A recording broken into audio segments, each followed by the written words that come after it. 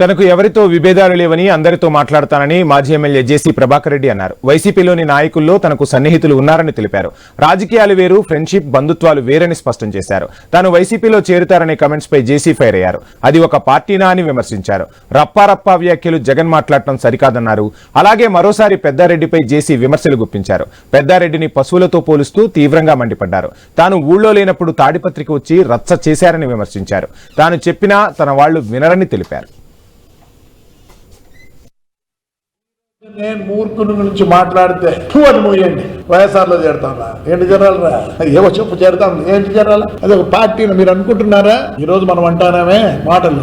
నేను జగన్ కూడా మనం చెప్పాను, జగన్ ఆ మాటలు అనొద్దు దయచేసి. నిన్నొచ్చివి అర్ధరాత్రిలో నేను విజయవాడ పోయినాను, వాడు రవిగాడు శ్రీలంక పోయిన ఎవరు లేని వచ్చినావు. Very good. ఎవరు లేకపోయినా ఇంటికాడ ఉంటారు. అంత లోపల మా వాళ్ళంతా రెడీ అయినారు. ఒకటేసారి ట్రాక్టర్లు రాళ్ళు వేసుకొని వచ్చినారు. నేను చెప్తే ఇదే పరిస్థితుల్లో లేరు. ఏమైండు? పోలీసులు లేకపోతే కొట్టుకుందాము. నాకేం ఇట్స్ లా అండ్ ఆర్డర్. నన్ను లోపలికి వేసిందరు, అన్ని లోపలికి వేసిందరు. పోలీసులు ఏమి చేయలేము. నేనేం చేసిన 5 ఏళ్ళు కాలుతోళ్ళు కూడా కొట్టించుకున్నా, కింద పడేసి కొట్టినారు. నిన్ను మర్యాదకు తీసుకుపోయారు నిన్న. అది నా తెలుగుదేశం పోలీసు.